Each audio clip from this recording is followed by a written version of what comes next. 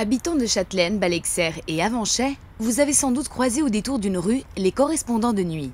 Ces médiateurs sociaux sillonnent ces trois quartiers depuis 2011, de 18 h à 2 h, 365 jours par an, pour apaiser les tensions entre riverains.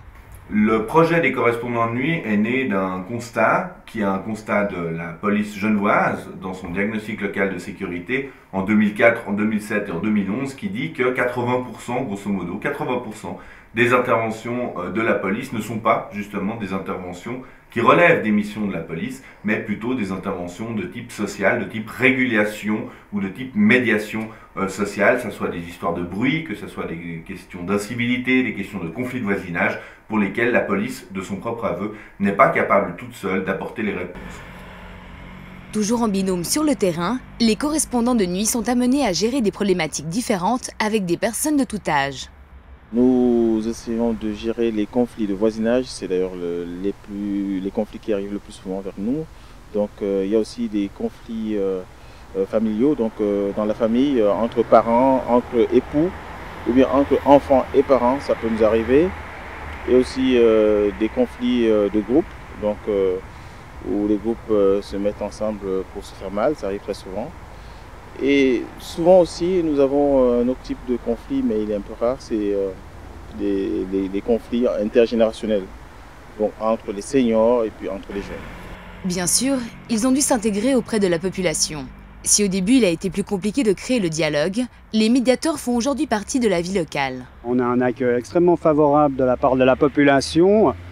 D'ailleurs, les seniors souvent nous appellent leur ange gardien parce qu'on va les raccompagner chez eux quand ils ont peur de traverser la nuit peut-être un ou deux quartiers.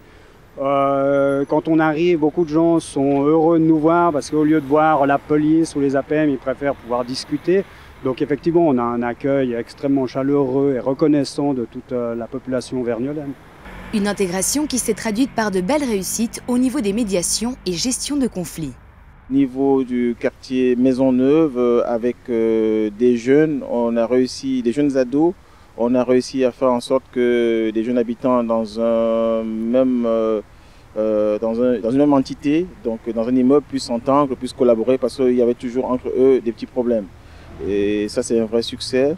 Et aussi au niveau de l'église Pie-X, quand nous sommes arrivés, c'était un endroit qui était occupé pratiquement tous les week-ends par des jeunes, mais tout simplement parce que ces jeunes n'avaient pas d'autre endroit où y aller. Et ça générait des nuisances sonores. Et puis à cet endroit, nous avons pu discuter longuement avec ces jeunes parce que nous avons écouté.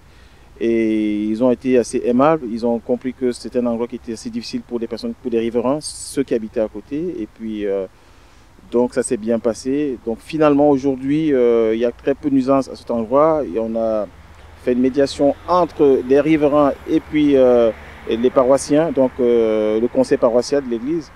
Et ça fait en sorte que les relations puissent s'améliorer entre les paroissiens et puis aussi les riverains. Fin 2013, le projet se terminera et les autorités vergnolanes décideront de le poursuivre ou non. Alors, allez de l'avant et suivez les précieux conseils de nos correspondants de nuit pour bien vivre ensemble.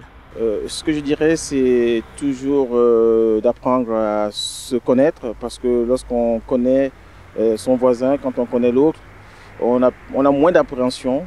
Voilà, se dire simplement bonjour, ça commence par là et puis après, les rapports sont moins, je veux dire, moins tortueux.